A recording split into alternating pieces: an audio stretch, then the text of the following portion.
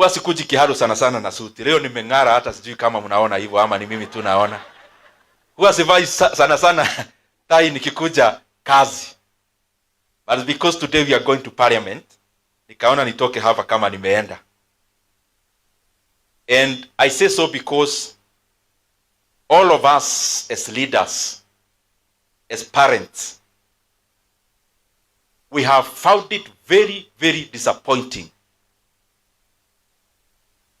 that the free basic education that came in Kenya during the reign of President Mwai Kibaki is now being annihilated by those who are in power now. And I want to address them specifically as an MP for Kiharu. Education is the equalizer for all the households in Kenya. It is education ambayo Mungu ametumia that wengi wetu hata mimi nikiwa mbele yenu tumefika kwenye tuko. And we cannot allow that advantage we had to be discarded by those who do not know its worth.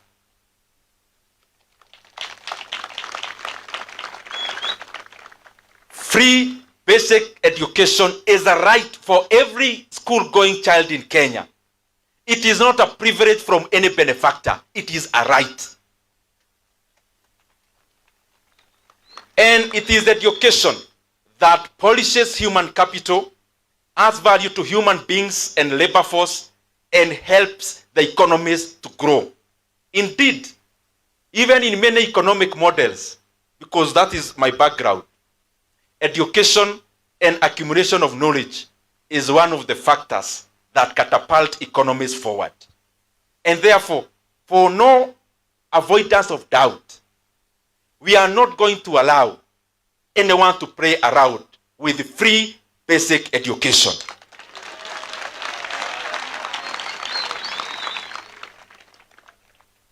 It is appalling to see people in the same government giving different conflicting statements around the same subject.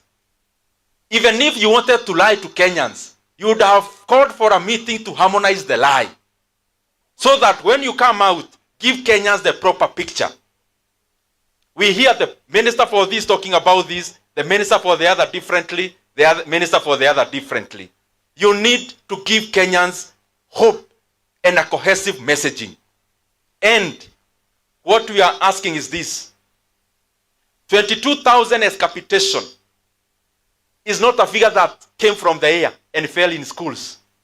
It was out of analysis done on the issues that capitation supports in a school. And therefore, we must not be discussing about whether to go down from 22,000. The discussion should be, since when 22,000 came about as capitation, there has been inflation. We should be talking about increasing capitation from 22,000 upwards. Capitation for primary schools is the same figure that President Mwai Kibaki was giving decades ago. Yet there has been inflation. There has been changes in pricing. The discussion in the country should not be about whether to do away with it. It should be about how much money are we adding to capitation in primary schools, in JS and senior secondary schools. And I want to request those who are in power now, when you are in government, you do not promise, you do. When you have authority from Kenyans, your work is to do. Your work is to say, we are going to do. Because I saw now, after realizing the Kenyan parents are very angry, now the government is trying to come and absolve themselves. And they're saying they support free basic education. Then what you are telling you is this: don't tell us, just set the money. And at it, ile pesa ambayo, most of these principles, let me tell you parents, They run these schools like insurance companies. Ile unachukua policy ya huyu unalipa yule. Majority of the schools in Kenya, and I'm saying so because I have interacted with many principals, and especially because of Kiharo Masomo Bora, have many debts owing to unremitted capitation that the government has not sent to the schools for the last several periods.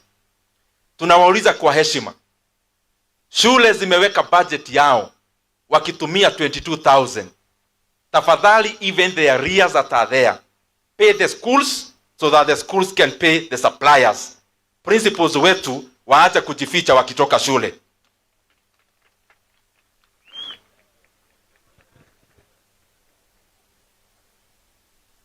Na ya mwisho, when I'm here, I'm talking about President Kibaki's time, because it is the government, the executive